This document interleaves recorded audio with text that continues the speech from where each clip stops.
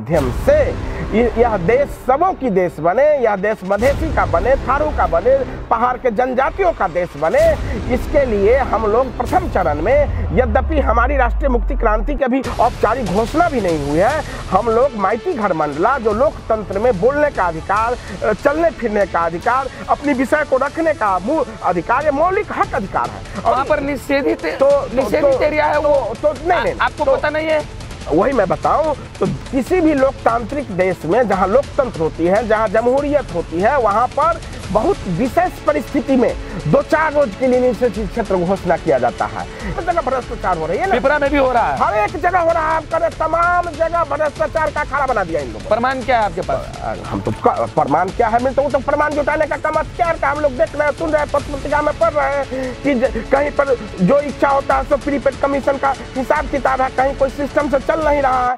इसका कारण में जाइए ना कि काहे भ्रष्टाचार हो रहा है, भ्रष्टाचार का कारण क्या है, इसका कारक तत्व क्या है। इसका कारक तत्व यही है कि आज वो काबिल हुए जो कल तक काबिल न थे, आज वो काबिल हुए जो कल तक काबिल न थे, मंजिल उन्हें मिली जो दौर में शामिल न थे। ऐसे लोग इस राजनीति को क्विक मनी अर्निंग बिजनेस बनाने वाले आ गए। लोकसभा पार्टी में हुन बात हमें लोकसभा पार्टी का कति जना जनप्रतिनिधिहरू निर्वाचित भएका छन् त्यो कुरा बताउनुस् मलाई। मैं आपको स्पष्ट एउटा प्रश्न सोध्न चाहेको छु, तो मैं उसका जवाब दे दूंगा आपको। आपका तपाईँको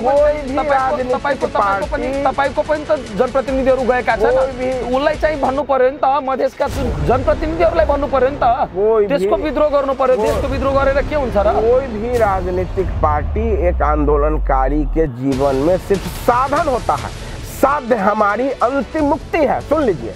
और यही कारण है जो कि मैं एक मधेशवाद का संस्थापक सिपाही होते हुए भी इस देश में जब 5-6 बुजुर्ग नेता सद्भावना के थे, तो 2 युवा नेता था रमन पांडे और 2-3 नेता हम लोग युवक थे, संस्थापक नेता हूँ, तो आज तक मैं लाभ के पद पर क्यों नहीं गया? मधेश विद्रोह को जब दबाई गई और वो संविधान स्वीकार के जो लोग चुनाव लड़ने चले गए, सत्य है ना, मैंने विरोध किया। मैं आपको अभी भी दे सकता हूँ, 10 इंटरव्यू मेरा है, मैंने कहा कि समूचे मधेश में चुनाव बहिष्कार होना चाहिए, लेकिन लोभी पापी लोग चुनाव लड़ने चला गया। काहे? जो उसको सत्ता भत्ता का खेल खेलना था, लोभी पापी लोग चुनाव लड़ने चला गया। हजारों घायल थे, सैकड़ों शहीद थे मधेश विद्रोह में, उसको छोड़ के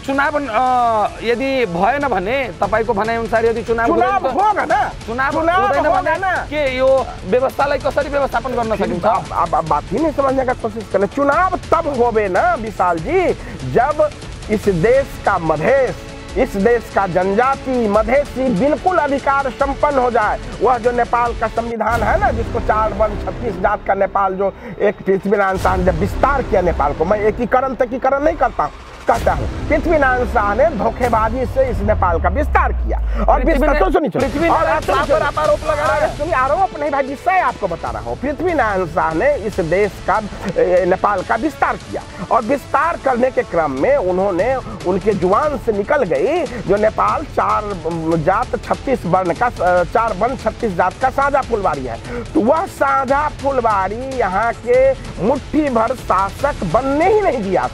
तो बनने नहीं दिए, तो हमारा मुहिम तो इसको साझा फुलवारी बनाने का है। और साझा फुलवारी जब बन जाए, जब सबको लगे कि यह देश हमारी है, यहाँ का संविधान हमारी है, यहाँ का संविधान गोली चला के बनाया गया, चंद लोग वहां बैठ के और रेडीमेड संविधान बनाया। यह संविधान जनता की संविधान नहीं है, देश नेपाल की 7वीं संविधान। 33 वर्ष से आप राजनीति कर रहे हैं, तो इसका 33 वर्ष से राजनीति नहीं कर रहे हैं, जनता को जगाने का काम कर रहे हैं। 33 वर्ष से हम अभियान कर रहे हैं, तो यह मेरा अभियान है। इसी अभियान के दौरान अगर आपको जगाने का प्रयास करते तो आप असफल क्यों देखे गए?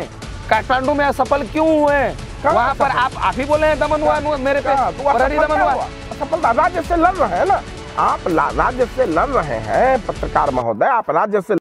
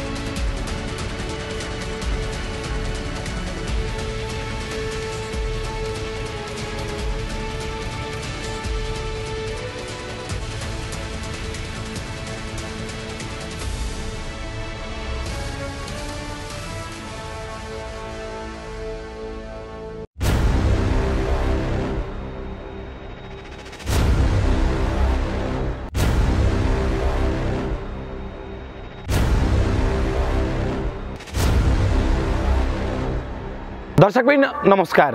तपाईहरुलाई जानकारी गरौँ काठमाडौँमा भएको घटना, जुन घटनामा चाहिँ त्यहाँ रमन पाण्डेजी र राजेन्द्र महतोजी, माननीय राजेन्द्र महतोजी दुवैजना चाहिँ घाइते भएका थिए। हामीहरूले विभिन्न सामाजिक सञ्जालमा, विभिन्न मिडियाहरूमा यी कुरालाई सुनेका छौँ, देखेका छौँ। यसै क्रममा म एउटा स्थानीय पत्रकार पिपरा गाउँपालिकाकै भएको नाताले गर्दा चाहिँ यहाँ अहिले हामी चाहिँ उपस्थित भएको छौँ पिपरा गाउँपालिका स्थित लोसपा पार्टी परित्याग गरेका रमन पाण्डे, जुन चाहिँ राष्ट्रिय मुक्ति क्रान्ति अभियानमा लाग्नु भएका छन् र लाग्ने बित्तिकै उहाँहरूले यस्तो कुन कदम चालेका छन् जस कारणले गर्दा उहाँहरूले यस्तो अवस्था झेल्नु परेको छ। साथै उहाँको स्वास्थ्य अवस्था चाहिँ अहिले निको छैन।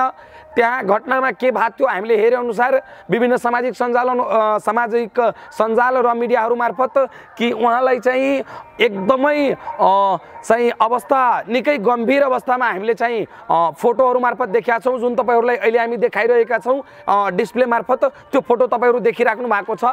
साथै तपाईहरुलाई जानकारी गरौँ किन भएको थियो त्यो कुरा, त्यो सबै सन्दर्भलाई हामी चाहिँ आज पुष्टि गर्नका लागि र त्यसका बारेमा विशेष वर्णन उहाँसँग गर्नका लागि यहाँ मा मधेस आवास, जुन उहाँको निजी निवास छन्, त्यहाँ हामी उपस्थित भएका छौँ र सबभन्दा पहिला उहाँलाई स्वागत गर्दै उहाँको स्वास्थ्यको अवस्था चाहिँ के रहेछ, उहाँ अहिले कस्तो हुनुभएको छ, त्यो कुराबाट चाहिँ हामी सुरुवात गर्नेछौँ।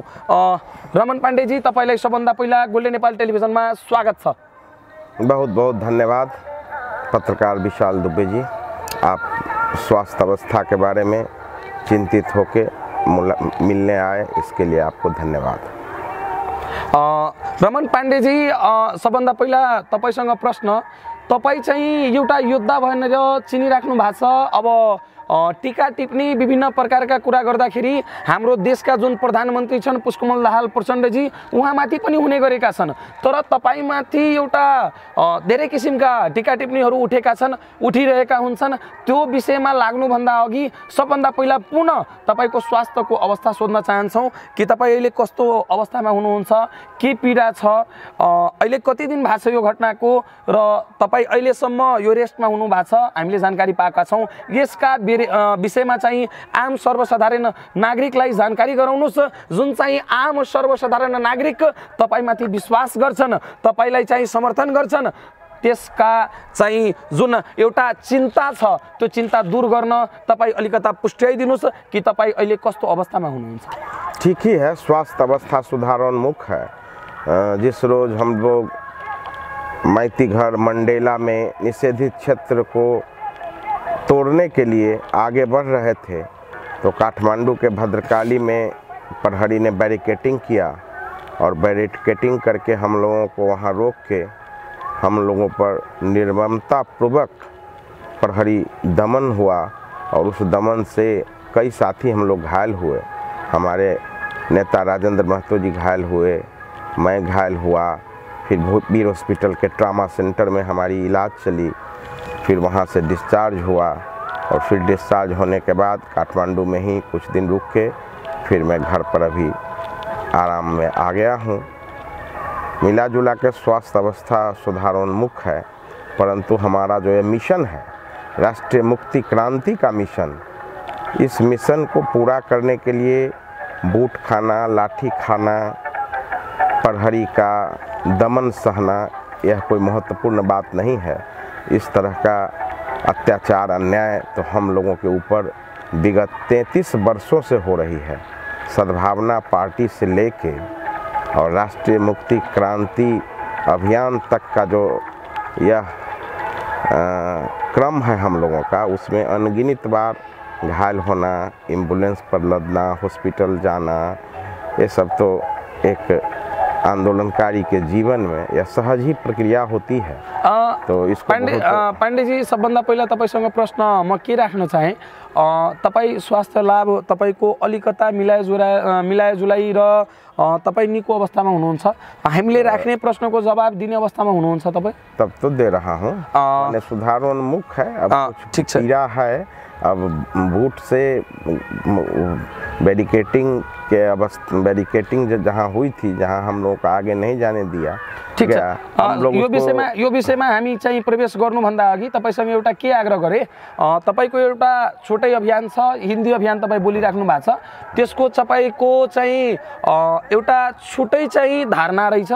त्यो धारणा तपाईँ एकदम बुलन्द रूपले मात्र यहाँ आफ्नो घरमा लुकेर हैन, काठमाडौँ समेत त्यहाँ गएर पनि हाम्रा नेपालका चाहिँ प्रमुख पत्रकार हामी भन्छौँ, उहाँहरू चाहिँ वरिष्ठ हुनुहुन्छ, ऋषि धमलाजीको, आदरणीय ऋषि धमलाजीको, पत्रकारजीको अन्तर्वार्तामा पनि तपाईँले हिन्दी बोल्नु भएको छ। तर म के आग्रह गर्न चाहन्छु, यो हिन्दीमा तपाईँ बोल्नु हुनुहुन्छ र म नेपालीमा बोल्छु भने त्योभन्दा राम्रो के तपाईँ मैथिलीमा अन्तर्वार्ता दिन चाहिँ राजी हुनुहुन्छ?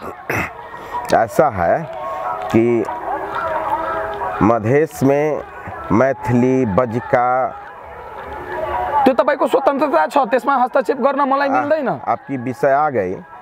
मधेश में मैथिली बजिका, अंगिका, भोजपुरी, अवधी, थारू, सतार, राजवंशी, उर्दू, मारवाड़ी, अनेकानेक भाषाएं हैं, है ना। तो सभी भाषा है। ऐसे ही पहाड़ में आप जाएंगे तो राय, लिम्बू, गुरुंग, तमांग, मगर, शेरपा, नेवारी, माने मोटा मोटी इस देश में 130 के करीब भाषा इस देश में बोली जाती है। लेकिन हुआ क्या विडंबना कि इस देश के अंदर में एक भाषा और एक भेष का नीति पंचायती शासन काल में लाद दिया गया। एक ही भाषा एक ही भेष, वह क्रम चल रहा था। इतने ही में हम लोगों की जब सद्भावना पार्टी खुली ना, नेपाल सद्भावना पार्टी, तो हमारे नेता गजेंद्र बाबू कहते थे जो सद्भावना पार्टी नहीं एक आंदोलन है। तो उस आंदोलन में 5 विषयों को आगे बढ़ाई गई थी। तो ज़्यादा उसके विषय में प्रवेश नहीं करें, क्योंकि इंटरव्यू का अवधि छोटा होता है कि आप चाहें तो मैं प्रवेश करूं। और अभी अगर सॉरी उसी पर जाता हूं, मैं हिंदी पर जाता हूं। अहिले म सबभन्दा पहिला तपाईसँग कुन विषयमा अन्तर्वार्ता लिन खोजिरहेको छु भनेदेखि कि तपाईसँग काठमाडौँमा भएको घटनाको बारेमा विशेष विश्लेषण का विषय पर मैं आता हूं। हिंदी क्यों, एक लाइन में कहें तो हिंदी ही क्यों, संक्षिप्त में। तो हिंदी इसलिए कि हमारी नेपाल सद्भावना पार्टी की मान्यता थी जो कि हिंदी एक ऐसी भाषा है नेपाल में जो समूचे मधेश को, मधेश पहाड़ को और नेपाल भारत को जोड़ती है। तो इसीलिए जो लाद दी गई भाषा, खस भाषा जिसे गोरखाली भाषा कहते हैं, नेपाली भाषा इस देश की 130 भाषा है। तपाईको कुरालाई म अलिकता संक्षिप्तमा भन्न के चाहे, तपाईको अभिप्राय म तपाईलाई कम्प्लिट गर्न दिन्छु। तपाईले भन्न खोज्नु भएको कुरा संक्षिप्तमा भन्दाखेरि यही रहेछ कि नेपाली भाषा जुन चाहिँ हाम्रो देशमा चाहिँ यो नेपाली राष्ट्रिय खस भाषा गोरखाली भाषा, नेपाली भाषा 130 भाषा, ठीक छ, वो गलत पढ़ाया गया है लोगों को। ठीक छ, तर अहिले जुन अवस्था छ त्यो अवस्थाको बारेमा म भन्दैछु। पहले मैं हिंदी के बारे में बता दूं ना। ठीक छ, त्यसको बारेमा त हामी प्रवेश गर्ने नै छौँ र योभन्दा पहिलाको अन्तर्वार्तामा त हामी हिन्दी विषयलाई लिएर नै अन्तर्वार्ता गरेका छौँ तपाईसँग। अहिलेको विषयमा के छ, तपाईले भन्न खोज्नु भएको के हो, मैले बुझे अनुसार कि तपाईले जुन भन्नुभएको छ संक्षिप्तमा यसलाई भन्न खोजेको छु। यदि तपाईको समर्थन हुन्छ भने भन्नु होला, छैन भने अलिकता लम्बा गए पनि केही छैन, तपाईँ आफ्नो कुरा राख्नु होला। तपाईले भन्न खोज्नु भएको कुरा हो कि नेपाली भाषालाई राष्ट्रिय भाषाको मान्यता जुन वर्तमान स्थितिमा दिएको रहेछ र सबै ठाउँमा लगाइएको रहेछ, तर त्यो भाषा आम सर्वसाधारण नागरिकलाई बुझ्न गाह्रो रहेछ।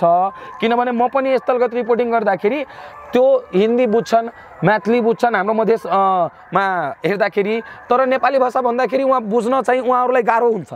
तपाईँ त्यसलाई जोड्न खोजिराख्नु भएको छ। मैं आपके सारे प्रश्नों का जवाब दे दूं। ठीक है कि मैं कह यह रहा था कि जब हिंदी भाषा को खस भाषा के समकक्ष, गोरखाली भाषा के समकक्ष इस देश में सरकारी काज भाषा बनाने का, दूसरी राष्ट्रभाषा बनाने का मांग जब हमारी पार्टी ने किया था, तो उसी वक्त हम लोगों ने एक आम सभा का आयोजना किया था काठमांडू में। वह डेट था 24 नवंबर 1990, 2047 साल अघन 8 गते। और उस दिन जब हमारा नेता गजेंद्र बाबू के नेतृत्व में जो वहाँ आम सभा चल रही थी, तो वहाँ का कुंडले मुंडले नशेरी पहाड़ी लोग घेर के उसको हिंदी भारत की भाषा है, धोती का भाषा है करके उस पर दमन किया था। तो मैं वहाँ लॉ में पढ़ाई कर रहा था काठमांडू में, और नेपाल सभ्राना पार्टी का भातृ संगठन विद्यार्थी मंच का मैं वहाँ पर एक सिपाही था। तो उसी दिन जब हम वहाँ घायल हुए इस कार्यक्रम में मंच पर, तो उसी दिन हमने 17 वर्ष की आयु में कसम खाया कि पार्टी की भी मांग थी हिंदी की मान्यता की बात, कि मैं तब तक इस नस्लीय की भाषा खस भाषा नहीं बोलूँगा जो हम पर लादी गई है, जब तक हिंदी भाषा को खस भाषा के समकक्ष, गोरखाली भाषा के समकक्ष, नेपाली भाषा के समकक्ष राष्ट्रभाषा का दर्जा नहीं मिलेगा। तो यह कसम खाए हुए मेरा 33 वर्ष गुजर गया। एक विषय वह। दूसरा विषय आपने पूछा कि मैथिली, देखिए होता क्या है दरअसल कि मैथिली यहाँ की निसंदेह स्थानीय भाषा है, बजिका यहाँ की स्थानीय भाषा है, भोजपुरी यहाँ की स्थानीय भाषा है, अवधी यहाँ की स्थानीय भाषा है। परंतु जनकपुर के लोग यदि वीरगंज के लोग से मिलेंगे तो जनकपुर के लोग यदि बजिका बोलते हैं, जनकपुर के लोग यदि मैथिली बोलते हैं, तो वीरगंज के लोग आपको भोजपुरी बोलते हैं, नेपालगंज के लोग अवधी बोलते हैं। पर उस सबको जोड़ने का एक रास्ता आप यू आर एब्सोल्युटली राइट। तो वही तो आप गजेंद्र बाबू कहा करते थे। म यसै कुरालाई अलि संक्षिप्तमा पारेर तपाईको विषयमा केन्द्रित हुन चाहे, काठमाडौँको विषयलाई लिएर बरु म पुनः अन्तर्वार्ता गर्नेछु तपाईको। अहिले कुन विषयमा केन्द्रित हो भन्दाखेरि काठमाडौँमा भएको घटना के थियो, दमन के भएको थियो, प्रहरीले के दमन गरेको छ तपाईहरुमाथि, त्यहाँ त्यस्तो अवस्था सिर्जना हुनुको कारण के छ। रमन पाण्डेजीले, राजेन्द्र आदरणीय माननीय राजेन्द्र महतोजीले केही गलत नीतिको आधारमा अगाडि बढ्नु भएको छ, त्यस कारणले गर्दा यस्तो भएको छ कि राज्य सुरक्षा त सुरक्षा दिने हो नि त, मान्छेलाई दमन गर्ने त हैन नि त। तर किन भएको छ, मेरो प्रश्न त्यो रहेछ। ऐसा हुआ कि देश में पहली बार आज तक यहाँ के शासकों ने वह राणा के रूप में मैथिलीमा अलिकता गरिदिनु त्यो तपाई। नहीं सुनिए ना, आपकी यह इंटरव्यू पहाड़ के लोग भी सुने, संपूर्ण मधेश के लोग भी सुने, तो हम वह सहज भाषा में आपको कह रहे हैं। ठीक छ तपाई भन्नुस्, जो हम आपको अपनी मातृभाषा में कह रहे हैं। हमारा मीडिया का हम आपको एक चीज बताएं, हमारा मीडिया का भी कंपनी रजिस्ट्रेशन में भी लिखा हुआ है कि कुनै पनि भाषामा कार्य गर्न सकिने छ। तो हम आपसे हिंदी में भी अंतर्वार्ता कर सकते हैं, कोई दिक्कत नहीं है। स्वतंत्रता है, आप अपनी जिस भाषा में आपको सहज हो करें। हमको जिस भाषा में सहज है मैं हमेशा बोलता हूँ। त्यसो भए ठीक छ, म नेपालीमा कुरा गर्छु र तपाई हिन्दीमा कुरा गर्नुहोस्। बोलना ही चाहिए आपको जिस भाषा में सहज। काठमाडौँमा भएको घटनाको बारेमा अलिकता संक्षिप्तमै सम्पूर्ण कुरालाई चाहिँ पुष्टाइदिनु। हाँ, तो काठमांडू में ऐसा हुआ ना कि आज तक इस देश में राणा का शासन का रिज्म हो, राजा का हो, है ना, इसके बाद आइए कांग्रेस कम्युनिस्टों का शासन हो, या इसको ऐसे लीजिए कि राजतंत्र, राणा तंत्र, राजतंत्र, लोकतंत्र, गणतंत्र, सारा तंत्र के तंत्र से नेपाल का शासन सत्ता गुजरता रहा। और इन लोगों की एक ही फार्मूला रही कि विगत के समय में अपने हक और अधिकार के लिए, अपनी समानुपातिक हक और अधिकार के लिए मधेश ने मधेश विद्रोह किया। 3 बार मधेश विद्रोह हुआ। फिर इन लोगों ने हमारे थारू समाज के लोगों को, वही शासन करने वाले, वही राज सत्ता के संचालक नस्लीय लोगों ने सिखाया कि आप यह कहना शुरू करो कि हम थारू हैं, मधेसी नहीं। मुसलमानों को कहना सिखाया कि हम मुसलमान हैं, मधेसी नहीं। पहाड़ में जाके इन लोगों ने जनजातियों में फूट डालने का काम किया। तो क्या किया, किन लोगों ने किया? अभी बताए ना, राज्य सत्ता का संचालक जो राणा के रूप में, राजा के रूप में, लोकतंत्र के समय में, गणतंत्र के समय में आपको सत्ता बदलती गई, लेकिन चेहरा एक ही वर्ग समुदाय का रहा। चेहरा वही एक ही वर्ग समुदाय का रहा। और वह लोग भली भांति जानता था जो इस देश के भीतर में हम यदि तोड़ के रखेंगे तो इनकी वोट बटी रहेगी, इनकी ताकत बटी रहेगी, इन पर हम शासन सत्ता का जो हमारा वोट बैंक के नीति अनुसार कार्य करेंगे, क्रम है, उसको हम चलाते रहेंगे। इसके लिए इन लोगों ने क्या किया, तो तो इन लोगों को विभिन्न छोटा छोटा समुदाय में हम लोगों को तोड़ने का कोशिश किया। मैं आपका क्वेश्चन का जवाब दे दूं, उसके लिए अस्त्र क्या बनाया? तो उसके लिए इन लोगों ने क्षेत्र को अस्त्र बनाया, भाषा को। अभी भाषा की बात आप कर रहे थे ना, तो जनकपुर में आओ तो मैथिली में भाषण कर दो, वीरगंज में जाओ तो भोजपुरी में कर दो, नेपालगंज में जाओ तो अवधी में कर दो, राणा थारू के बीच में जाओ, बांके बर्दिया कैलाली कंचनपुर में जाओ तो थारू भाषा में बोल दो, ऐसा जनजाति क्षेत्र में जाओ तो वहाँ का राइलू। तो ये भाषा का आधार भी बनाया और अपनी भाषा, खस भाषा जो गोरखाली भाषा कहते हैं, उसको लादे रहो। तो तोड़ के जो आप डिवाइड एंड रूल जो आप सुनते हैं, तो पहली दफे नेपाल में जो डिवाइड एंड रूल, तोड़ो और शासन करो की जो इन लोगों की शासकों की सिद्धांत थी, उसके विपरीत, उसके विरुद्ध हम लोगों ने इस पर बड़ा एक्सरसाइज किया। हमारे नेता आदरणीय राजेंद्र, आपका जवाब आना चाहिए ना, राजेंद्र महतो जी विगत 5 वर्षों से इस पर एक्सरसाइज किए।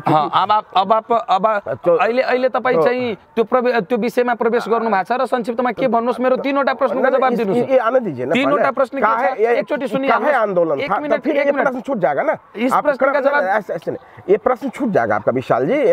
तपाईँ यो प्रश्नको पनि जवाब दिनु होला। छूट जाएगा ना। संदर्भ क्या है? पहला कि आप लोग वहां पर उसी पर तो हम आ रहे हैं, वही तो संक्षिप्त में करिए। तो संक्षिप्त में तो आप विषय कैसे समझिएगा? ठीक है। तो डिवाइड एंड रूल की जो पॉलिसी थी इन शासकों की, तो हम लोगों ने उसका अपना एक्सरसाइज किया विगत 5 वर्षों से। हमारे नेता राजेंद्र महतो जी चूंकि 33 वर्षों से नेतृत्व कर रहे थे इस देश में शोषित पीड़ितों की समस्या का, मधेशवाद का, तो कहाँ लैक है, कहाँ कमी है, काहे हम लोग हार जाते हैं, काहे मधेश विद्रोह कमजोर हो गया। तो इसका जब मूल्यांकन हुआ तो वहां हम लोगों ने पाया कि हम लोगों को तोड़ दिया जाता है। डिवाइड एंड रूल की पॉलिसी में सफल है ये लोग। काठमांडू के नस्लीय शासक जो सिंह दरबार से शासन करता है, तो करना क्या होगा? तो चलो उसी का फार्मूला, उसी के सर। तो हम लोगों ने डिवाइड एंड रूल के विरुद्ध यूनाइट एंड रूल का फार्मूला लेके आया। यूनाइट एंड रूल क्या है? इसको बारे में वही तो हम जा रहे हैं ना, कह ही रहे हैं ना, वही 2 मिनट में बर्बाद हो गया, तो हम उसी जा रहे हैं। तो डिवाइड एंड रूल के विरुद्ध यूनाइट एंड रूल का फार्मूला क्या है कि इस देश में मधेसी हो, थारू हो, मुस्लिम हो, पहाड़ के जनजाति हो, राय, लिंबू, गुरुंग, तमांग, शेरपा, मगर, भोटे, नेवारी, जितने भी तबका समुदाय के लोग हैं, वो कहे ना, हम जितने भी लोग राज्य सत्ता, राज्य संचालक के द्वारा शोषित पीड़ित समुदाय हैं, वो इकट्ठा होना पड़ा। एक ही बार आंदोलन करना पड़ा, और आंदोलन नहीं करना पड़ा, क्रांति करना पड़ा, मुक्ति क्रांति करना पड़ा। शोषित कसरी छन् त्यो कुरा बताउनु पर्यो नि त। वहीं जा रहा हूँ मैं। वार्डमा सिंहदरबार आएको छ, वडा कार्यालय आएको छ, पालिका आएको छ। नहीं ऐसे शोषित है, इसको ऐसे समझिए। आप किस वार्ड की बात करें? मधेश में आपका हमारा घर है ना। हाँ। तो इस मधेश में, इस मधेश के भीतर में, यह मधेश इतना बड़ा क्षमतावान स्थली है जहां से इस देश को 78% का राजस्व जाता है साहब, और 78% के राजस्व में सिर्फ 28% केंद्र इसको दान में देती है, दान में। और उस 28% में भी यहाँ का नेता लोग जो है, यहाँ जो नेता बना है, जो आपको राजनीति को क्विक मनी अर्निंग का बिजनेस बनाया हुआ है, उस 28% में भी 60% का भ्रष्टाचार कर रहा है। सुनिए, तपाईं लोकसभा पार्टीमा हुनु भएको थियो नि त, मेरो प्रश्न राख्न दिनु न। तपाईं लोकसभा पार्टीमा हुनु भएको थियो, लोकसभा पार्टीका कति जना जनप्रतिनिधिहरू निर्वाचित भएका छन्, त्यो कुरा बताउनुस् मलाई। मैं आपको स्पष्ट शब्द एउटा प्रश्न सोध्न चाहेको छु, मैं उसका जवाब दे दूंगा आपको। आपका तपाईको पनि त जनप्रतिनिधिहरू गएका छन्, उलाई चाहिँ भन्नु पर्यो नि त, मधेसका जनप्रतिनिधिहरूलाई भन्नु पर्यो नि त, त्यसको विद्रोह गर्नु पर्यो। देश को विद्रोह गरेर के हुन्छ र? कोई भी राजनीतिक पार्टी एक आंदोलनकारी के जीवन में सिर्फ साधन होता है, साध्य हमारी अंतिम मुक्ति है। सुन लीजिए, और यही कारण है जो कि मैं एक मधेशवाद का संस्थापक सिपाही होते हुए भी इस देश में जब 5-6 बुजुर्ग नेता सद्भावना के थे, तो 2 युवा नेता था, रमन पांडे, और 2-3 नेता हम लोग युवक थे, संस्थापक नेता हूं। तो आज तक मैं लाभ के पद पर क्यों नहीं गया? आज तक मैंने उसमें हस्तक्षेप क्यों नहीं किया? पार्टी की जितनी बार भी बैठक हुई, मधेश विद्रोह जब असफल हुआ, मैंने लगातार कहा कि हम लोग को चुनाव नहीं स्वीकारना चाहिए, तब तक जब तक इस देश में समानुपातिक निर्वाचन प्रणाली की घोषणा न हो जाए। मधेश में 1 लाख पर निर्वाचन क्षेत्र और पहाड़ में 5000 पर निर्वाचन क्षेत्र। मधेश 78% की राजस्व देती है और इसको मिलता है सिर्फ 28%। आप ऐसे ही नहीं देखें, आज 8 जिला का विकृत मधेश प्रदेश का निर्माण कर दिया गया और हम लोग निकले थे। तो बहुत सारा धोखाबाजी हम लोगों के साथ हुआ।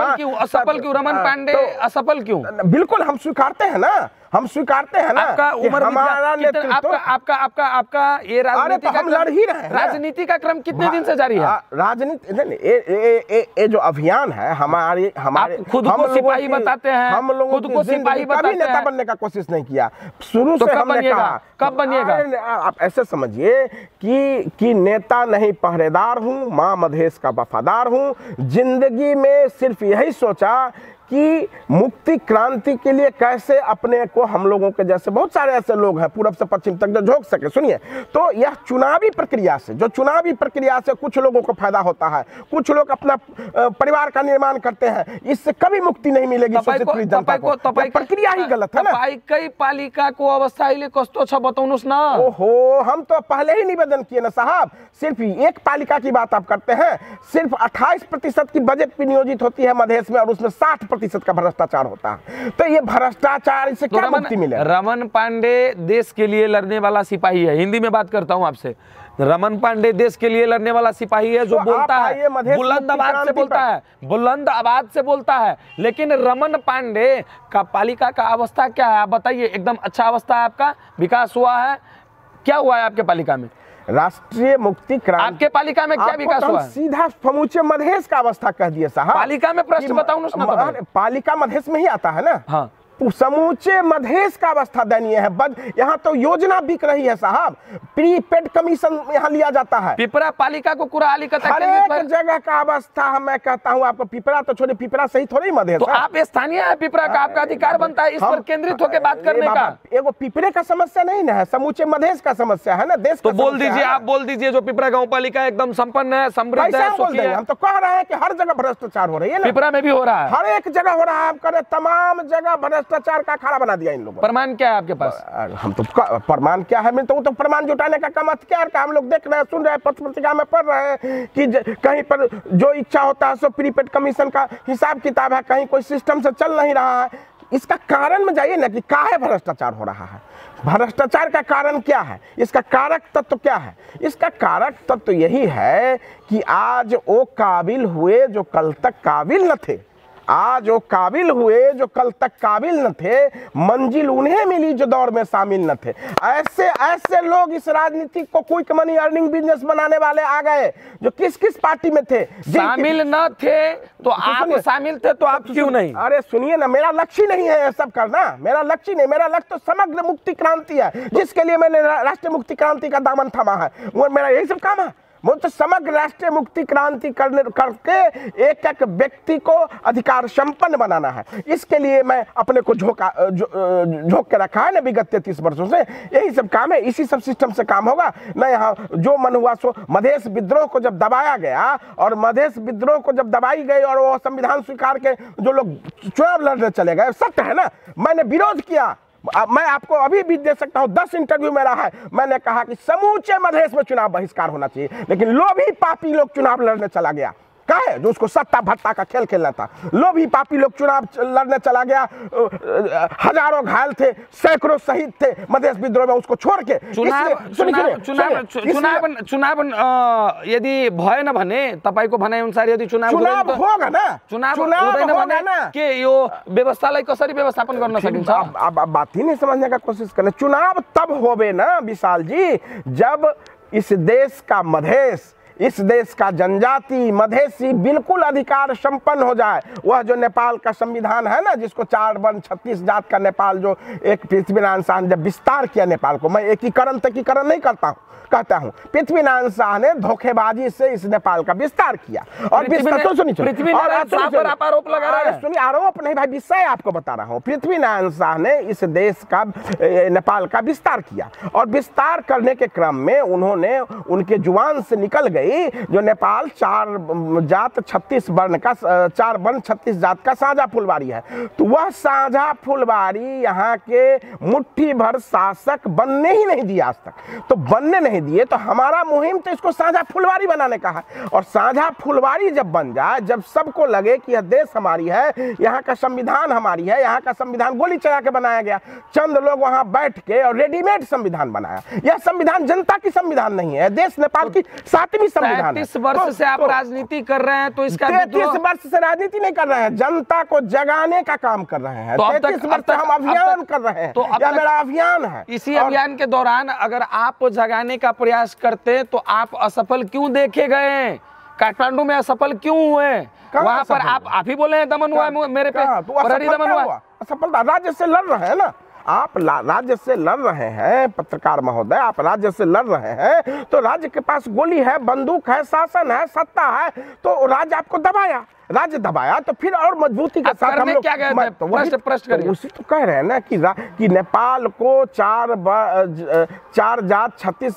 वर्ण 36 जात का साझा फुलवारी बनाने के हेतु राष्ट्रीय मुक्ति क्रांति के माध्यम से यह देश सबों की देश बने, यह देश मधेसी का बने, थारू का बने, पहाड़ के जनजातियों का देश बने। इसके लिए हम लोग प्रथम चरण में, यद्यपि हमारी राष्ट्रीय मुक्ति क्रांति की अभी औपचारिक घोषणा भी नहीं हुई है, हम लोग माइती घर मंडला जो लोकतंत्र में बोलने का अधिकार, चलने फिरने का अधिकार, अपनी विषय को रखने का मूल अधिकार, ये मौलिक हक अधिकार है। वहां पर निषेधित एरिया है वो, तो नहीं, आपको पता नहीं है? वही मैं बताऊं तो किसी भी लोकतांत्रिक देश में जहां लोकतंत्र होती है, जहां जमहूरियत होती है, वहां पर बहुत विशेष परिस्थिति में 2-4 रोज के लिए निषेधित क्षेत्र घोषणा किया जाता है। यह यहाँ की शासन पद्धति ऐसी है जो इसको 6 महीना से ऊपर देखिए निषेधित क्षेत्र घोषणा का, तो आदमी लोकतंत्र में अपना विषय शांतिपूर्ण तरीका से कहां पर रखेगा? तो उसी को इस राज्य को थ्रेट करने गए थे कि तुम्हारा निषेधित क्षेत्र जिसको 2 रोज 4 रोज नहीं, तुमने सालों महीनों तुमने उसको कंटिन्यूटी तोड़ दिया उसको, तो तोड़ा ना। अभी हम लोगों को जहां पर रोका वहां हम लोगों ने संघर्ष किया, तोड़ दिया, आप फिर तोड़ दिए। वही बताऊं मैं। और चैत में जाके, अब कमिंग चैत जो आ रहा है, अभी हमारी राष्ट्रीय मुक्ति क्रांति की औपचारिक घोषणा बाकी है, और इसी जनता के संग साथ के बदौलत सारे के सारे लोग आप देखेंगे कि चैत में जाके हमारा अगला धावा जो है सो फिर हमारा माइती घर मंडला पर है। चूंकि वह मुक्त करना इसलिए जरूरी है कि आम सर्वसाधारण जनता त्याग गएर चाहे आफ्नो कुरा राख्न पाउँछ। आम एकदम यू आर राइट। ये आम सर्वसाधारण जनता, आप देखते हैं विभिन्न तरह की आंदोलन इस देश में हो रही है अपने हक अधिकार के लिए, तो उसको अपनी बात रखने से वंचित करने के लिए एक स्थान तो था साहब, एक स्थान जहां मंडेला पर जाके लोग अपनी बात रखते हैं, उस मंडेला को निषेधित क्षेत्र आपने बना दिया, और दर्जनों जगह काठमांडू में आपने निषेधित क्षेत्र बना के रखा है। इस तरह के मनपर्दी और मनमर्जी से लोकतंत्र सस्टेन नहीं हो सकता है, लोकतंत्र टिकाऊ नहीं हो सकता है। और लोकतंत्र की जरूरत इस देश में यहाँ के जो राज्य सत्ता के एक मुट्ठी भर संचालक हैं, जो राणा रिजिम से लेकर राजा रिजिम से लेकर लोकतंत्र तक एक ही तबका का आदमी है। अपन आपस में चचेरा मौसेरा फुफेरा भाई, वही प्रचंड, वही देवबा, वही ओली, वही सब अपने में सब जो एक बनाए हुए है अपना संगठन पार्टी का नाम। फेरि दमन हुन्छ तपाईले के भन्दै हुनुहुन्छ? आदरणीय अहिले सुनिए ना, हम फिर दोहराए। प्रधानमंत्री क्या होता है साहब? बड़े बड़े बादशाह और तानाशाह नहीं रहते, प्रचंड ओली देवबा का क्या कीमत है? आप सुनिए मेरी बात जो मैं कहता हूँ। मैं यह कहता हूँ कि एक ही नस्ल के लोग, एक ही परिवार के लोग, एक ही तबका के लोग, और राणा का समय हो, राजा का समय हो, कांग्रेस एमएलए का समय हो, लोकतंत्र का समय हो, गणतंत्र का समय हो, उसने विभिन्न तरह का पार्टी खोल के, सुनिए कैसा पार्टी? तो वही पार्टी जो नेपाल में विफल हो चुकी है, कम्युनिज्म। सुनिए, कम्युनिज्म और तपाईको निवासमा अहिले हामी यहाँ छौं र इसको कंप्लीट करने दीजिए। अवस्था पनि हेर्दै हुनुहुन्छ तपाई, बेलुका हुन लागेको छ। संक्षिप्तमा तपाई आफ्नो कुरा राख्नुहोस्। वही आयातित कम्युनिज्म और आयातित कैपिटलिज्म, जिसको आधार बना के कई तरह का पार्टी खोल के अदला बदली करके इस देश में इन लोगों ने शासन सत्ता का संचालन किया है। और शासन सत्ता का संचालित करते हुए आपका संगठन का नेतृत्व करता कौन है? हमारे संगठन का नेतृत्व करता, इसमें यही समझने वाली बात है, निश्चित रूप से अभी इसके संयोजक राजेंद्र महतो जी है। लेकिन हमारी मान्यता है कि यह इतनी बड़ी मुक्ति क्रांति की बिगुल बज चुकी है, इतनी बड़ी क्रांति होगी जो यह क्रांति ही अपना नेता पैदा करेगा। यहाँ नेता का कमी नहीं होगा। यो कसो कुरा भयो नि त? अब जस्तो विभिन्न पालिकाहरूमा नेताहरूले निर्वाचित हुनुभन्दा अगाडि आफ्नो राजनीतिमा अगाडि आफ्नो अनुहार हेराउनको लागि यस्ता विभिन्न किसिमका का कुराकानीका लागि विभिन्न प्रकारका नाराहरू ल्याउँछन्, विभिन्न प्रकारका नारा का विषय नहीं है, मुक्ति क्रांति है, या राजनीति का विषय नहीं है। आप जैसा बहुत आया बहुत गया। अरे रमन पांडे जी क्या करेंगे आगाड़ी? आपका नेतृत्व क्या करेगा आगाड़ी? आप पर दमन हुआ है, माननीय राजेंद्र महतो जी पर दमन हुआ है, आपके अनुसार आगाड़ी का प्लान क्या है आपका? जनता को बताइए। का प्लान यह है, हाँ, संक्षिप्त में बताइए पूरा प्रश्न। आने वाले समय में हम लोग इस राष्ट्रीय मुक्ति क्रांति के बैनर में चैत के महीने में हम लोग उस माइती घर मंडला को निषेधित क्षेत्र से मुक्त कराएंगे, और मुक्त कराने के पश्चात एक ऐसी मुक्ति क्रांति होगी जो स्वदेशवाद पर आधारित पूर्वीय दर्शन को हम लोगों ने अपनाया है। हम लोग यहाँ का स्व का जो हमारा जो है सो अपना धर्म है, संस्कृति है, रीति रिवाज है, जो देखें कि नहीं कल के दिन में आप कि होली वाइन का शुभ लाभ करके होली वाइन में शामिल होकर यहाँ का धर्म मिटा दिया, संस्कृति मिटा गया, आयातित व्यवस्था ला दिया। इन तमाम विषयों के विरुद्ध में हम लोग स्वदेशवाद पर आधारित आयातित कैपिटलिज्म और कम्युनिज्म के विरुद्ध बहुल राष्ट्रीय राज स्थापनार्थ, बहुल राष्ट्रीय राज स्थापना अभी एकल राष्ट्रीय राज है, ऐसे समझिए, एकल राष्ट्रीय राज है। इस एकल राष्ट्र को हम लोग संवैधानिक हिसाब से यह बहुल राष्ट्रीय राज्य का स्थापना स्वदेशवाद पर आधारित मुक्ति क्रांति, राष्ट्रीय मुक्ति क्रांति के आंदोलन से करेंगे। तो इसके लिए हम लोग अपना उसमें और इसमें आप इसमें सफल रहेंगे, इसका कितना प्रतिशत भरोसा है आपको खुद पर? भरोसा तो आप हमेशा सफल रहे हैं। आपको ये बता दूं, इसमें तो आप असफल रहे हैं। ना कहाँ सफल रहे हैं, ये तो एक साधारण सा प्रदर्शन था साहब। नेपाल सद्भावना पार्टी जब हमारी नेपाल सद्भावना पार्टी जो खुली, सुनिए सफलता क्या होती है मैं आपको कहानी बता दूं। नेपाल सद्भावना पार्टी जो खुली तो इस देश के अंदर में सिर्फ नस्लीय पार्टियां हुआ करती थी। तो नेपाल सद्भावना पार्टी ने जो मांग उठाया तो आप देखें कि उस मधेशवाद को लेकर कितना मधेसी पार्टी खुल गया। आज हम जो राष्ट्रीय मुक्ति क्रांति की बात कर रहे हैं तो इस राष्ट्रीय मुक्ति क्रांति के हंगामे से सिंह दरबार का ईंट बजना शुरू हो गया है इसी 16 गते के बाद। 16 गते जो हम पर दमन हुई है ना, और जब हमारा प्रदर्शन काठमांडू के धरती पर हुआ है ना, जिस प्रदर्शन में क्या मधेसी, क्या जनजाति, क्या थारू, क्या तमांग, क्या गुरुंग, क्या पूरब, क्या पश्चिम, क्या झापा, क्या बर्दिया, क्या कलाली से कंचनपुर से लेके और उत्तर से दक्षिण तक के तमाम जाति जनजाति समुदाय की जब सहभागिता थी, और इसका मैसेज जब इन नस्लीय सत्ताधारियों के पास जाता है तो वहाँ का पेपर पत्रिका गवाह है, वहाँ का नेशनल मीडिया गवाह है, वहाँ यहाँ का स्थानीय मीडिया गवाह है कि इन लोगों की ईंट से ईंट बच चुकी है। यह कैसा राष्ट्रीय मुक्ति क्रांति होगा जो बहुल राष्ट्रीय राज्य स्थापना करेगा। तो सफलता और असफलता की बात आप ठीक है, यह हमारी लक्ष्य है, इसको हम पूरा करेंगे। तपाईको कुरा म बुझे हैन। अब म तपाईको निवासमा आए, अलि ढिलो भएको कारणले गर्दा अब यहाँ अँध्यारो पनि हुन लागेको छ। अन्तिममा तपाईसँग अन्तिम प्रश्न र त्यसको 2 लाइनमा जवाब दिनु होला, र त्यसपश्चात तपाईको स्वास्थ्य लाभको छिटोभन्दा छिटो स्वास्थ्य लाभ एकदम तपाई स्वस्थ भएर चाहिँ पुनः आफ्नो मार्गमा आफ्नो बाटोमा अगाडि बढ्नुस् भन्ने चाहिँ हाम्रो कामना हुनेछ। र अन्तिममा म सोध्न के चाहे भन्दै किन कतिजनाले भन्छन् हिन्दीलाई अभियान बनाएर अगाडि बढेको रमन पाण्डेजीले कहीं न कहीं भारतबाट चाहिँ सहयोग पाइरहेका छन्। यसलाई 2 लाइनमा पुष्टाइदिनु होला, अँध्यारो हुन लागेको छ। विगत 33 वर्षों से मैं हिंदी भाषा बोलता हूं और विगत 33 वर्षों से मैं हिंदी भाषा बोलता हूं। कुछ लोग जानते पहचानते होंगे, लेकिन भारत से सहयोग आज तक सहयोग किसे कहता है मुझे नहीं पता, लेकिन मैं आपको इतना भर कह दूं, आपको मैं इतना भर जरूर कह दूं कि भारत सिर्फ नेपाल का पड़ोसी ही नहीं है, भारत और नेपाल के बीच एक प्राकृतिक संबंध है।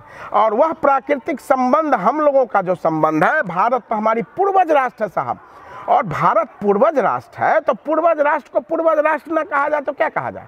हम लोग वह नस्लीय ताकत थोड़ी हैं जो बेईमानी करके नेपाल के विकास में 70% से अधिक अनुदान सहयोग से भारत का होता है। तो भारत तपाईं यस्तो कुराहरू गर्नुहुन्छ, तपाईले अध्ययन बढी गर्नु भएको छ, म त सिक्ने क्रममै छु, लर्निङकै क्रममै छु, जहाँ गलत हुन्छ त्यहाँ सुधार्ने प्रयासमा हुन्छु। तपाईसँग सोध्न के चाहे भन्दै किन तपाई भन्नुहुन्छ भारत हाम्रो लागि धेरै निको कार्य गर्छन्, धेरै निको सबै हाम्रो सम्बन्ध छन्, यस्तो छन् त्यस्तो छन्। पूर्वज से किसी का संबंध बिगड़ता है? कहीं नहीं भारत बिगड़ता। हमारी पूर्वज राष्ट्र है। अगर पूर्वज राष्ट्र है तो हमारा नेपाल कहाँ से आया? इस अभी तो जंगल था सब। हमारा नेपाल कहाँ तक था और अभी कहाँ तक है? कहाँ नेपाल था? नेपाल कहाँ नेपाल था? भारत वर्ष था साहब। नेपाल जन्म भी नहीं लिया था। ये पृथ्वीनारायण साहब विस्तार किया, उसमें मकवानपुर राज्य था, पर नेपाल कहाँ था? पांडे जी, भारत वर्ष था, भारत वर्ष का सबंग था अध्ययन कीजिए इतिहास का। पांडे जी, अब यो सन्दर्भमा म तपाईसँग पुनः अन्तर्वार्ता गर्ने छु हैन। भारत वर्ष का सबंग था। अहिले अन्ध्यारो हुन लागेको छ।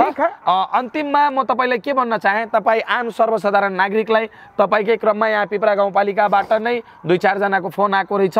म त 100 जनालाई भन्दिन, 2-4 जनाको फोन आएको रहेछ।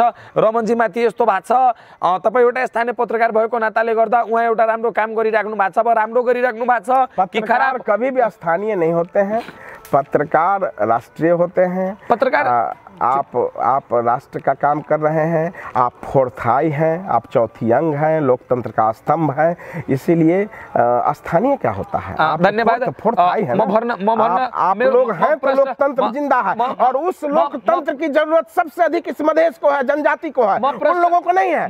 आज यदि इस देश में शासन सत्ता परिवर्तित हो जाए तो वो लोग फिर जी लेगा, क्योंकि फिर वही बन जाएगा। लेकिन हम लोगों को आंदोलन करने के लिए पत्रकार चाहिए, लोकतंत्र चाहिए, राष्ट्रीय मुक्ति क्रांति को पत्रकार की अधिक जरूरत है। तपाईले सुन्नुस् न, तपाईले भन्नु भएको छ कि पत्रकारको जरुरत छ हैन, आवश्यकता छ, तर त्यही पत्रकारले इमानदारीतापूर्वक कार्य गर्दाखेरि उनलाई बदनाम गर्ने, उनलाई चाहिँ विभिन्न किसिमका षड्यन्त्रमा चाहिँ संलग्न गराउने। आप ही के जिज्ञासा में आपका जवाब है ना। आपने अभी हमको कहा कि आप पर आरोप है कि भारत से नजदीक है, तो मेरा यात्रा कहाँ रुक गया? आप अपना काम करते रहिए ना। हम तो गौरव से कहते हैं, कि भारत हमारा पूर्वज राष्ट्र है, जिसको जो बिगाड़ना है बिगाड़ ले। तो भारत हमारा पूर्वज राष्ट्र है, ये कहने में हर्ज नहीं होना चाहिए ना। तपाईको यो हिम्मतको लागि म चाहिँ तपाईलाई, आप अपनी काम करते रहे। तपाईले जुन मलाई यो हिम्मत दिनु भएको छ र एउटा आत्मविश्वास दिनु भएको छ, त्यसको लागि धन्यवाद व्यक्त गर्छु। सबसे बड़ा रोग क्या कहेंगे लोग, फिर से सुन लीजिए, सबसे बड़ा रोग क्या कहेंगे लोग, और उससे भी बड़ा रोग अच्छा कह दे लोग। इससे मुक्त हो जाइए, दुनिया में कोई आपको नीचे नहीं दिखा सकेगा। तपाईले भने अनुसारकै मेरो अभियान छ, किनभने तपाईको छत्रछायामा यहाँ तपाई स्थानीय हुनुहुन्छ। मैले भन्न खोजेको के रहेछु, म यो गाउँमा हुर्केको बच्चा हो, म यो दुरामा दरवाजामा खेलेको बच्चा हो। सुन्नुस्, तर म तपाईलाई पनि भन्छु, च्यालेन्ज गरेर भन्छु, सबैलाई जानकारी गराउन सक्छु। दर्शकबिन, उहाँ मेरो दाइ बरु हुनुहुन्छ, उहाँ मेरो गाउँ समाजको कुनै नातागोतामा पर्नुहुन्छ, तर जहाँ राजनीतिको र पत्रकारको कुरा आउँछ उदयमान और प्रभावशाली पत्रकार हैं, त्यहाँ केही छैन। कामना करता हूं आप बिल्कुल एक विशुद्ध पत्रकार के रूप में अग्रगमन की ओर आगे बढ़ें, आप सफल होवें। आप अपनी पत्रकारिता धर्म का आजीवन, जानकी माता को आपकी टीम संपूर्ण तन्मयता से उस धर्म का पालन करे, यह शुभकामना व्यक्त। बहुत बहुत धन्यवाद। और पाण्डे जी, और साथमा म के भन्न चाहन्छु, अरूबाट कसैलाई जानकारी हुन्छ कि विशाल दुबोको घर पनि त्यही रहेछ र रमन पाण्डेको जीको घर पनि त्यही रहेछ, कहीँ केही छ कि भन्ने म प्रश्न भन्न चाहन्छु। उहाँ भलै मेरो स्थानीय हुनुहुन्छ, यहाँ पिपरा पालिका अध्यक्ष पनि स्थानीय हुनुहुन्छ, लगायतका विभिन्न उच्च पदाधिकारीहरू स्थानीय हुनुहुन्छ, म पनि स्थानीय छु। तर के छ भनेदेखि जहाँ कुरा आम सर्वसाधारण जनताको आउँछ, जहाँ कुरा देशको आउँछ, राष्ट्रियताको आउँछ, त्यस्तो विषयहरूमा म चाहिँ कहीँ कतै चुप लाग्ने छैन। र त्यसका लागि चाहिँ जुनसुकै ठाउँमा मेरो नातागोताको मान्छे किन नहोस्, प्रश्न चाहिँ बुलन्द रूपमा राख्ने छु र यहाँ पनि राखेको छु, अगाडि पनि राख्ने छु। र उहाँले आदरणीय दाइले लोकसभा पार्टी परित्याग गरेर चाहिँ राष्ट्रिय मुक्ति क्रान्ति अभियानमा लागेका रमन पाण्डेजीलाई देश हितमा कार्य गर्दै हुनुहुन्छ, उहाँलाई त्यसमा सफलता मिलोस् कामना गर्दै अहिले अँध्यारो हुन लागेको अवस्था छ। लाइट हामी लिएर आएको छैनौँ र ढिलो भएको कारणले गर्दा अलिकता क्वालिटी कहीँ खराब हुन सक्छ, त्यसको लागि क्षमा चाहन्छु। र साथसाथै अहिले म पत्रकार विशाल दुबे, क्यामेराम्यान दिवाकर रायको साथमा चाहिँ बिदा चाहन्छु। बिदा दिनुहोस् र उहाँसँग पुनः अन्तर्वार्ता लिने नै छौँ। धन्यवाद। आपका विशेष आभार और आपको बहुत बहुत धन्यवाद। यह देश राष्ट्रीय मुक्ति क्रांति के माध्यम से 130 राष्ट्रीयता का देश के रूप में स्थापित होवे, इसके लिए आपने आज चंद शब्द व्यक्त करने का मौका दिया। आपके उत्तरोत्तर प्रगति के साथ आपको धन्यवाद देता हूं। धन्यवाद। जय मधेसी राष्ट्रीयता, जय स्वदेशवाद। धन्यवाद।